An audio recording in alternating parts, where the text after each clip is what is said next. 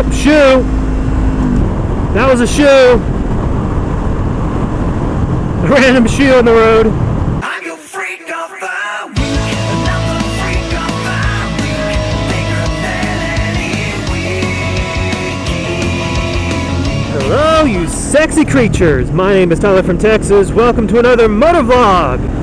It's been a little while since I recorded anything. Been a lot of rain. Been a lot of working. So much work. It's like working non-stop. Rest. There is no rest. Sleep. What is sleep? But nonetheless, finally there's a good day to ride, so I'm going to take advantage of it while I can. I do have to work again later this evening. Of course, it's going to be another security job. Which, speaking of which, I have a very interesting story to tell you guys. This happened last night, actually. So, apparently, for doing my job, I am now a racist. Why is that, Tyler? So, I've been moved to another hotel lately, and this one's an armed post. The other hotel I was at, I was unarmed. This post, I carry a gun.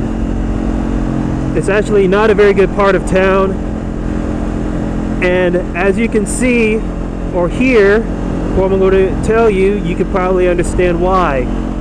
So, this hotel is actually more like a low-income apartment complex. Most of the people who reside there, well, live there. They're not just staying there just for a few days. They're staying there, gosh, some even stay there for over 10 years. And they have a very strict unregistered guest policy. Basically, if I were to catch anyone unregistered, I order them to go register in the front lobby or leave. Otherwise, I'll have to kick them out. Well, last night, pretty much that happened. I know some guys were hanging out outside of the hotel room. There was 3 of them. And there was one guy I didn't recognize. So I just simply asked the 3 of them, hey, you know, what room are you guys staying at? And all 3 of them said 103. And I'm like, cool deal. I went inside the front desk, asked them to see how many people are registered at 103. Only 2 of them were. I'm like, okay, I knew it. Because I definitely recognized one of them. The other 2 I wasn't so sure. So now I know at least one of them needs to get inside of the front lobby and pay their dues if they want to hang out with them. So essentially, if they don't plan on staying, they're just visiting, they just have to pay a $6 fee per night. So I went back over to them and I just said, oh, I'm really sorry to tell you this, but one of you guys is not registered. And of course immediately said, but we're waiting for a cab. And I'm like, it doesn't matter. This hotel has a very strict policy. You have to register yourself at the front desk. And to make it a long story short, the guy didn't have the correct ID needed to register. No matter how many times I explained the policy, I'm suddenly accused as a racist. Apparently I called them illegals, demanding their green cards. Which I've said none of those at all, but you know, whatever. And the craziest thing is the guy that was not registered is not making as big of a deal about it as the guy that is clearly registered. I guess he's just trying to defend his friend or whatever, and I get that, but I really didn't appreciate being called, you know, racist, especially when I never accused them as illegals. Being in the security field, and law enforcement for that matter, is incredibly tough because you have to deal with people like that on a regular basis. And this is just one of the examples of me having to enforce hotel policy, and they make random accusations of me just so maybe they get a free night or I get removed or whatever. But anyway, after all this commotion, I did remember that the guy that's unregistered is waiting for a cab to pick him up later in the evening. So I just simply asked, okay, so what time is the cab coming? And they said 10 o'clock. It's about half an hour away. I decided to use a little bit of discretion and said, alright, I'll tell you guys what, since the cab is on its way, won't be here until 10, I'll give you guys the benefit of the doubt and wait for the cab to arrive. Should you guys still be here by about 10:15, I'll have no choice but to call the cops for criminal trespass. Seems reasonable, right? And the three of them reluctantly agreed, and I thought, that's that. No more issues. In fact, they even handed them my supervisor's phone number in case they want to file a complaint against me, which one of them did ask for it. So, getting close to 10 o'clock, I was back in the front lobby. I was writing my activity log, of course recording the encounter I had with those three guys about this one unregistered guest. And the guy that has accused me of being racist came into the front lobby and decided that he just wants to check out and leave, all three of them. Which actually makes my job very easy. Because now I don't have to worry about having to call the cops or having to file an incident report or anything like that. He just decided, for the reason that I'm apparently a racist who hates Hispanics, and that I apparently called them illegals demanding to show the green cards, and that I have no respect for veterans because the guy that was accusing me was apparently a veteran. And he said something along the lines of, "Man, I served for the United States of America and you haven't done jack shit." He decided that he no longer wants to be in a hotel where a racist security guard is working at, so they checked out and left. Okay, so remember, kids, if you have to do your job, sometimes you be accused of things that you've never even said to them. They like to put words in your mouth. But you know, no big deal. I don't take those things personally, especially with a group of guys I don't even know. I will admit, if I know somebody personally and they start accusing me of that stuff, it does hurt. It does affect me. Pretty badly, actually. I always think the best of everyone, and if somebody I know starts accusing me of something that I'm clearly not, it really does hurt. But when it comes to a group of strangers, at the end of the day, it's like, I don't know you guys, you don't know me. So anything you say doesn't really matter.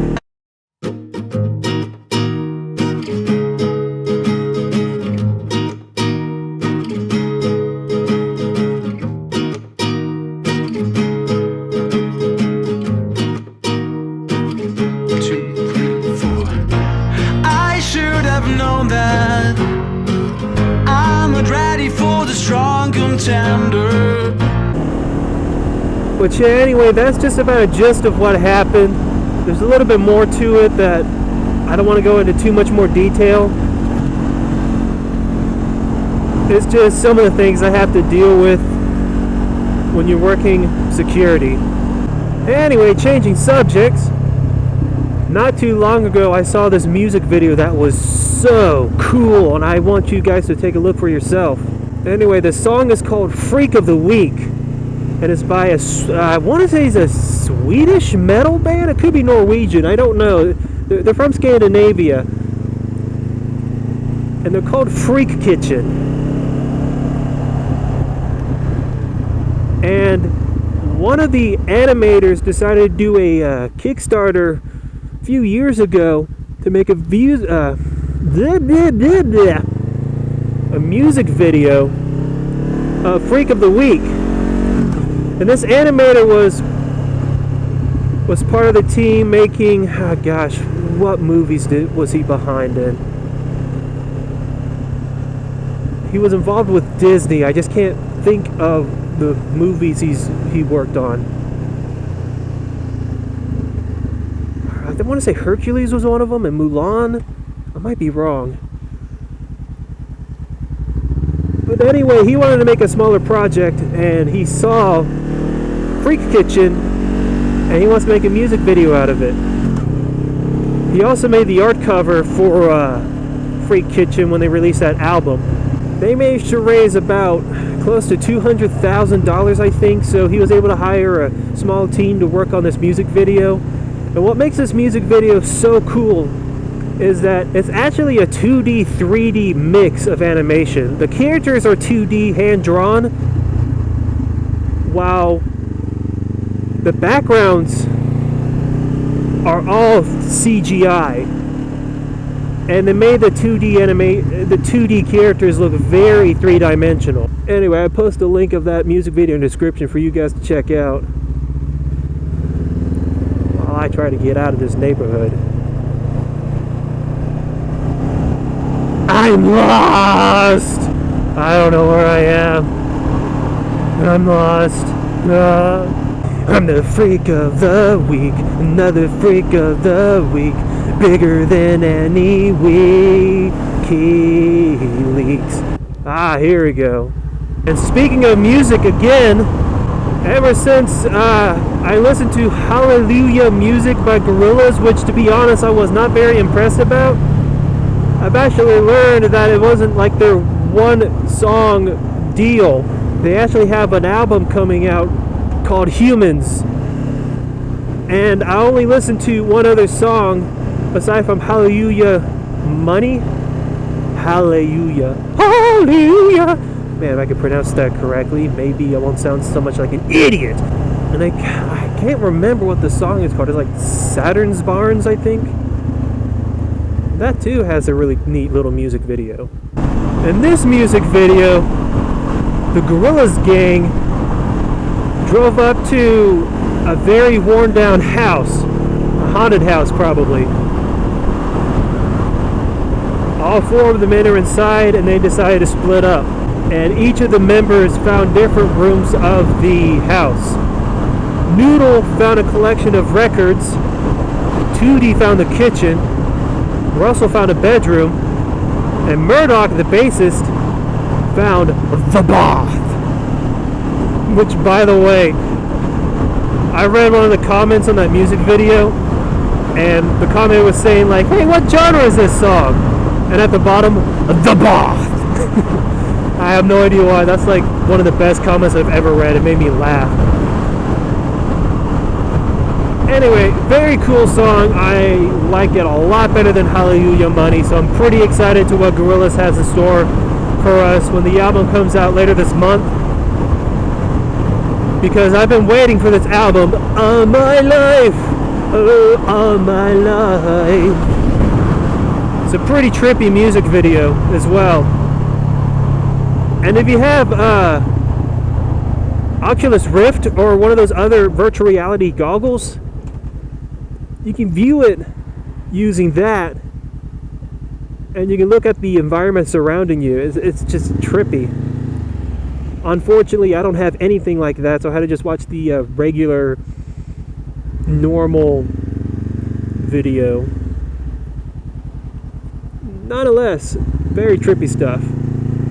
And I also like in one of the other YouTube comments, they're talking about, you know, different disorders each of the members have, and it's represented by what room they're in. For instance, Tootie has an eating disorder because he's in the kitchen. Russell has insomnia because he's always tired. Noodle has anxiety.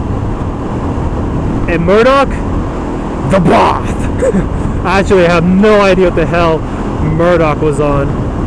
But Murdoch is definitely the most out there character, to put it lightly. You know, Gorillaz has always been a very cool band, especially because they don't really set their own genre of music. They do like all different kinds of stuff.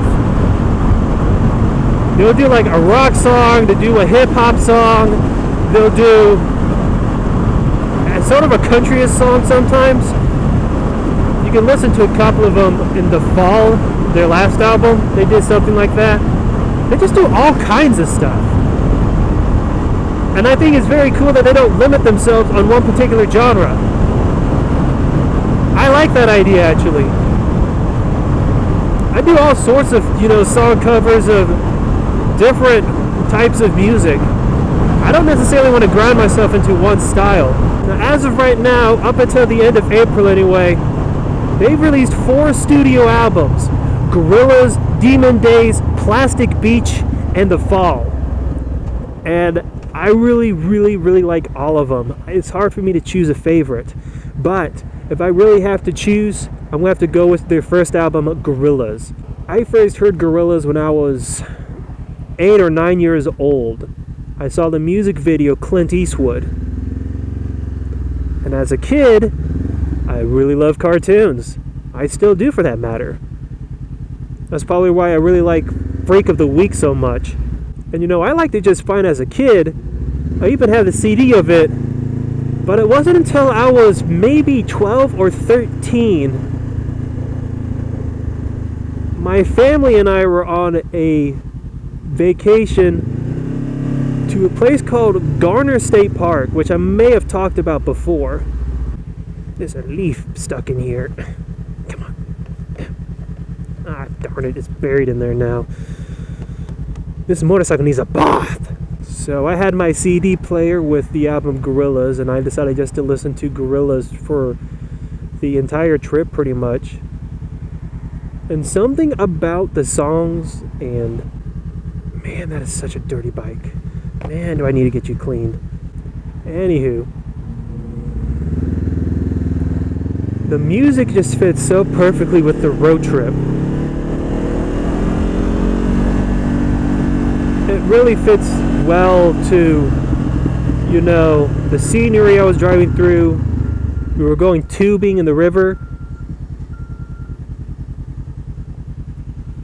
I don't know, it's just, every time I think of the first album, Gorillaz, I sort of think of the Texas Hill Country and Garner State Park, being with the family, just kind of relaxing a little bit. I don't know, it was just one of those moments where I was really got into it, and that's when I became a fan, pretty much.